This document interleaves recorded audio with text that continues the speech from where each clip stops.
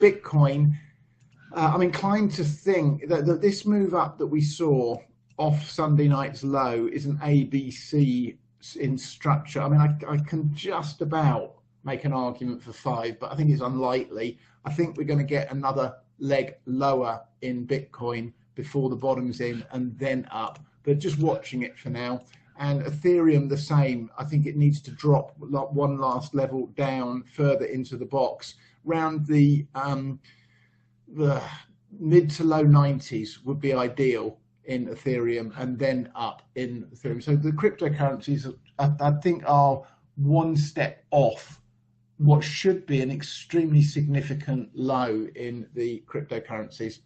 Okay, that's what I've got pre-market. Caution, don't trade unless the setup's there. Don't end up at the end of the day with less money than you started with.